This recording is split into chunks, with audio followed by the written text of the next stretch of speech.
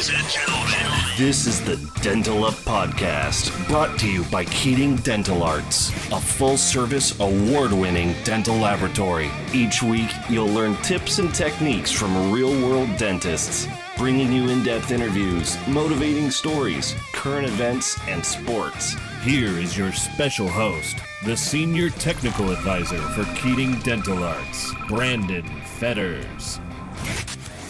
Hey everybody, Brandon here. Welcome to another episode of the Dental Up Podcast. Our guest this week is a graduate from the University of Nevada, Las Vegas. Over the years, he's established himself and his practice in a highly competitive area, successfully providing dental services and community outreach programs to the local communities in Orange County, California. He's a member of the CDA, ADA, AGD, and the American Academy of Implant Dentistry. Currently practicing from Ladera Ranch, California, please welcome Dr. Lincoln Parker, DMD. How's it going, Dr. Parker? It's going great, Brandon. Thanks for having me on this morning. Yeah, it's great. I'm glad you can make the show with us. Thank you so much for being on here. Really excited to have you. I know that you're a busy man, so let's go ahead and jump right into it. What is it that got you encouraged to go into dentistry and follow this career path that you're on? Oh, I mean, I've got to give credit to my dentist growing up. He's in Orange County. He's Dr. Chris Robinson. Mm-hmm. He was a great guy. You know, his practice was all about the people in it. So even as a kid, I felt, you know, they cared about me and my family. And I didn't find a lot of other places in life. You go to the movies, you go to the car place, you go to restaurants.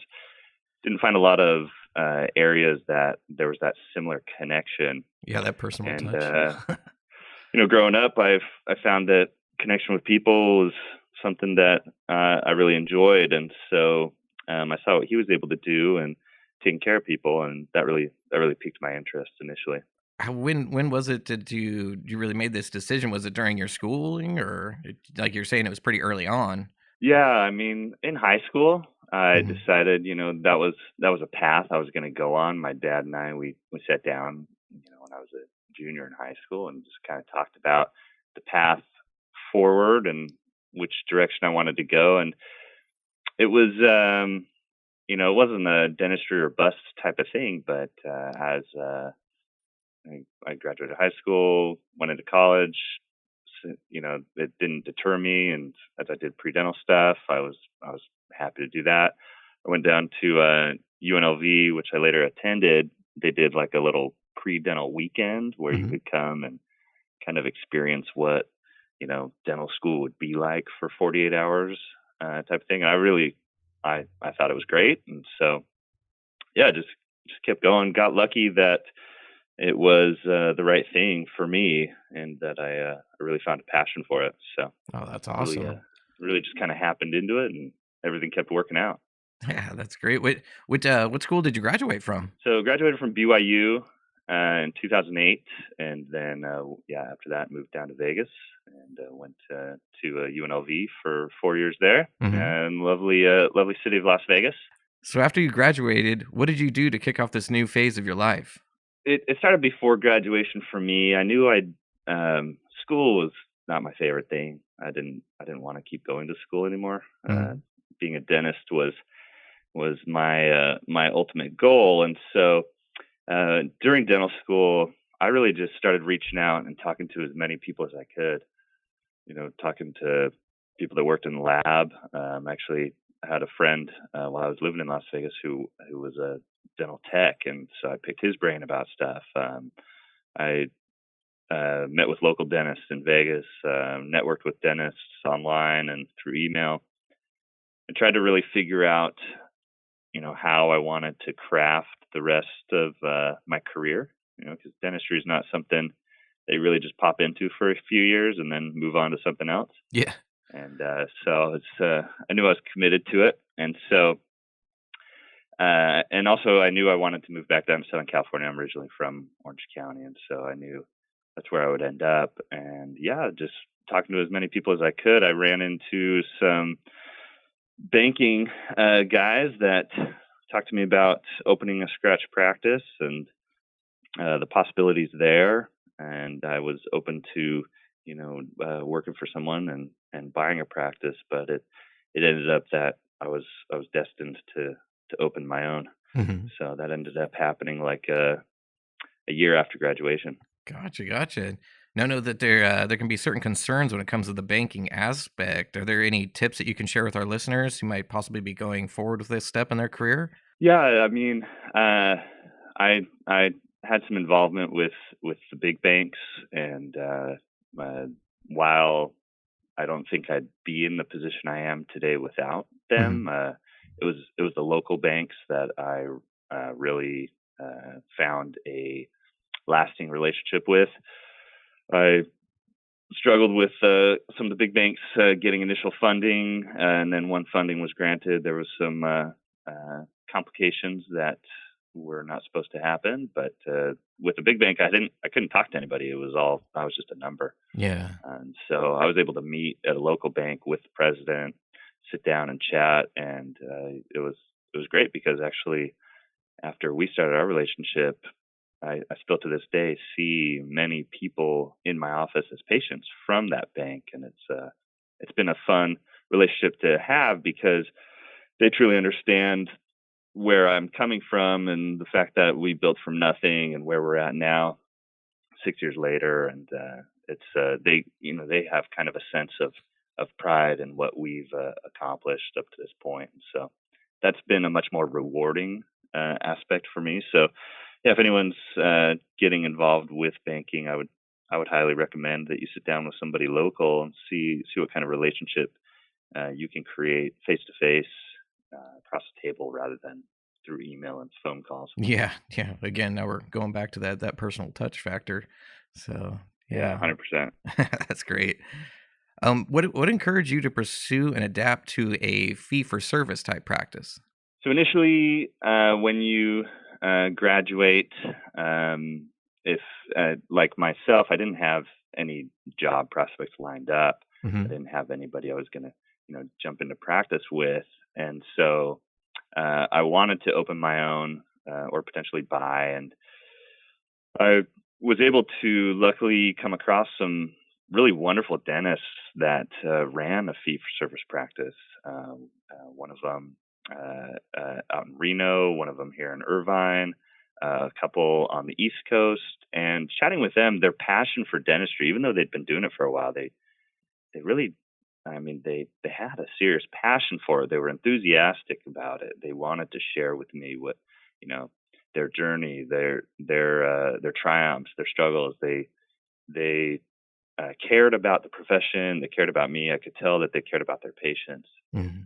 And so I wanted to work for someone like that, but nothing was available. And when you graduate, your loans die out, and so you've got to find something as soon as possible. So I ended up working for a corporate-owned office, and then I got to sit down and meet with some people that worked in corporate dentistry for a while, and the experience was very different.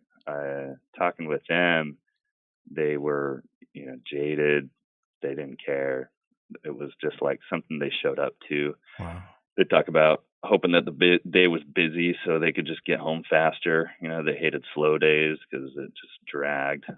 They liked busy days because the day went by faster. And it got back to like, okay, this is what I'm going to be doing for the next 30, 40 years. I don't want to show up to work every day looking forward for the day to just be over. Yeah. So that helped solidify for me that it was no matter what career profession you go into, there's struggles, there's stresses. Life's not easy, but I knew one of the blessings of dentistry is that you do have some autonomy and some control as much as you want it, and so that pushed me to further into wanting to build a scratch office and create it. I didn't start off fee for service, but Hmm. push it that way with that type of care, those types of relationships built with patients. People that want to come see us, people that want to spend time with us, people that care about their own health. Now, as you continue down this path, what did you do to reduce your insurance dependency? Well, I mean everything. I was.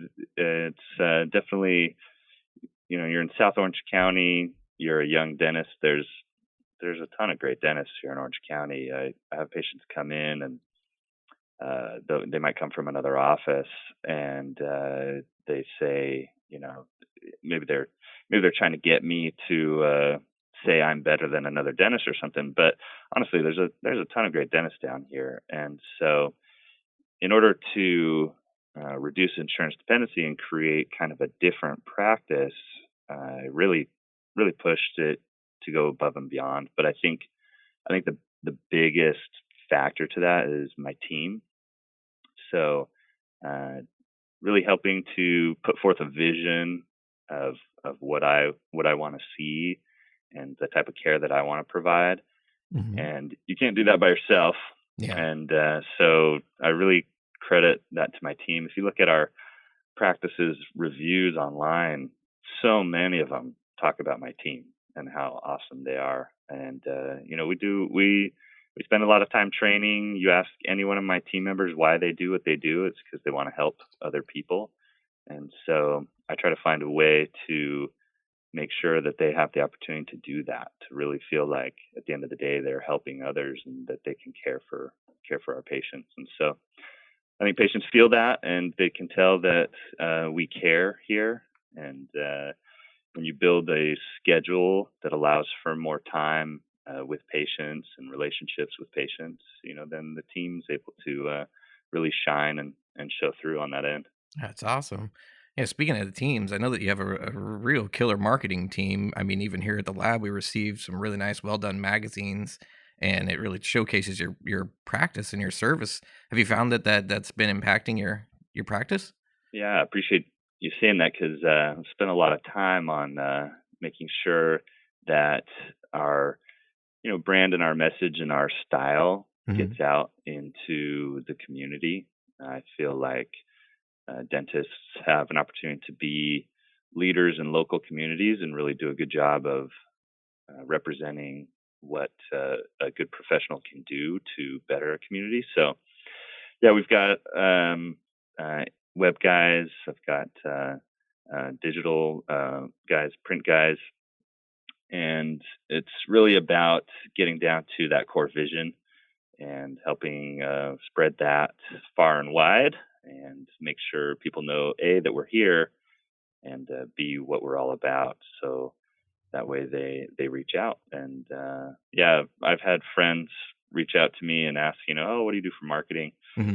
And really it gets back down to the insurance dependency reduction thing too. It's everything. I just try to do everything and anything that I can to make sure that people hear about us. Because when they come in and I ask, how'd you hear about our office?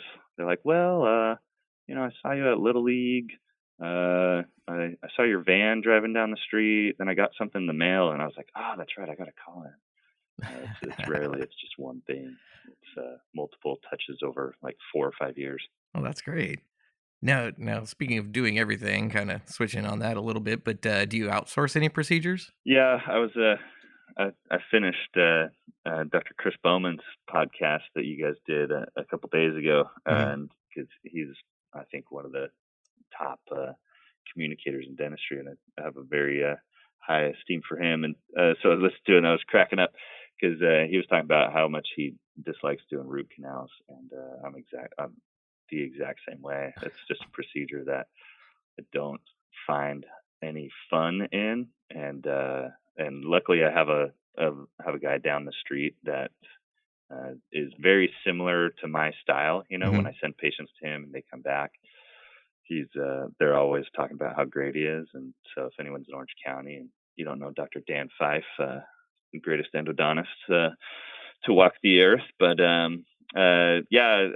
endo and more complicated surgical procedures that just I know are going to take too much time. Hmm. Let's say, in the course of my day to day, something like a intense grafting procedure or sometimes some impacted wisdom teeth. I'm just not quick enough to A, provide the patient a good service, and B, make it work in our schedule. So yeah, we Gotcha. engineered. That's part of the autonomy of dentistry, right? It's you can kind of design your practice to do what's rewarding to you. Now, in your practice, what's the latest piece of equipment that you purchased? Um, I mean, the latest, probably some wireless headphones for the TVs in the hygiene room. That's the latest piece. But I don't know. We use all sorts of technology. We got CBCT, we got T-scan, we've got digital scanners, and so technology is what people see. Yeah. They can understand that someone that's involved with technology is someone that's keeping up with the times, and people in my area appreciate that. They understand that there's a lot of dentists in Orange County, and so they know that if they're driving 20 minutes to see us, they're passing a bunch of other dentists, and so that push for technology and making sure patients know about the technology, it's huge. Yeah, no doubt, certainly is. Have you, when it comes to the intraoral scanners, have you seen an improvement with the fitting results of the restorations? Yeah, I've actually ever since graduating used intraoral scanners, Mhm. and luckily the office that I worked at, that corporate office, had one, and so I was able to play around with it a lot and get online and try to push myself to see kind of what it can do, what it can't do, and then also compare that to traditional impressions and whatnot. But I find that an intraoral scanner, I saw the transition from blue cam to omnicam with Cerix, and there's just so many options coming out nowadays. It's so much better for patients. They're Yeah. stoked to not have impressions, but also be able to see what we've done to their tooth. Mhm. I feel like it helps them understand better what's going on and what we can provide. And I felt, as far as fit of restoration, I feel like where you have that restoration made matters, and what you do to the tooth matters. And so I could send. I've been involved with several different labs that I didn't find provided the quality that I needed, but then there's the technicians that can deliver on that. And so Mhm. that gets down to that relationship, and again, having a relationship with the technician and understanding each other and what you need, and communication back and forth. I think that's the biggest thing there. Awesome. And now, do you attend any conventions or gatherings? Yeah, life gets busy, right? Yeah. When I first started out, I tried to attend almost everything I possibly could because I was really trying to network and figure out more of how I could be better and how I could improve my situation going forward. And so there's some that I have a fond uh, feeling for. I love CDA in Anaheim because it's A, close, B, big, and it was the first convention I went to, and I remembered being there for the first time, realizing that I was a total nerd, that I was so excited to be at a dental convention. It was a realization for me that I'd crossed a path and I'd reached the no return zone. But Crown Council annual event is a good one. That's coming up actually in a couple weekends. I'm going to be out in Nashville at that. But anytime dentists are getting together, it's a good time. There's always good people that you just randomly end up meeting. As you reach out and chat with people that are at the lunch table with you. There's always awkward dance parties at night, which are fun to witness. And so, yeah, I love getting together with other dentists. Dr. Parker, is there any advice that you can share with newer dentists that are coming into the field? Yeah, advice is tough, because everybody's different in what they want and what their goals are. And for me, what worked for me is really what I can speak on, and that was talking to as many people as I could. The Facebook forums nowadays are amazing Mhm. because when I graduated not that long ago, 7 8 years ago, the Facebook forums weren't what they are today, and so the ease of access to reach out to some amazing clinicians out there, and podcasts. There's just so much information out there. Sometimes it can be overwhelming, but you got to expose yourself to it. And what I found is that the more I did, then your own inspiration kind of happens as Yeah. to what you want to do or what you need to do, and then just go get it. I would also say be nice to each other. We dentists, we got to take care of each other as nobody else is going to. And so, as a new dentist, It's easy to maybe see other dentists as doing it wrong. And I think as you talk to dentists that have been around for a while, they're just a lot nicer to each other because they realize that as you get older, you're not perfect and you can't do everything right, and that we got each other to lean on and help each other out. And so I appreciate podcasts like this, that allow. When I was a younger dentist, and even to now, it just helps me think of ideas and find new people to reach out to and chat with and pick their brain. And so the technological advances that allow us to do that is really huge. So just to take advantage of all that. Awesome. Now, on those lines, if we have any students or listeners that might want to reach out and get in touch, what's the best way for them to do so? Yeah, email is always the best for me. And so my practice email works fine. It's Lincoln at halesparker.com. You can look up our Instagram at Hales Parker Dentistry and reach out that way too. But always happy to help out a student or another dentist, because a lot of people have done that for me. And so appreciate Brandon and Dave putting this podcast together, because it's only going to help people figure out better direction, figure out better ways, and improve the profession as a whole. So appreciate you guys doing that. Hey, I really appreciate you taking time out of your busy schedule to meet with us today, Dr. Parker. Once again, thank you for being on the show. It's been an absolute pleasure. Is there any last thoughts that you'd like to share with us? No, keep up the good work, guys. It's not a really running a podcast isn't an easy thing to do, and it takes a lot of commitment to do it week in, week out. And I think that's something to be commended for. So appreciate you having me on. Excellent. Thank you so much. And we'll be in touch. Take care. Bye-bye. All right.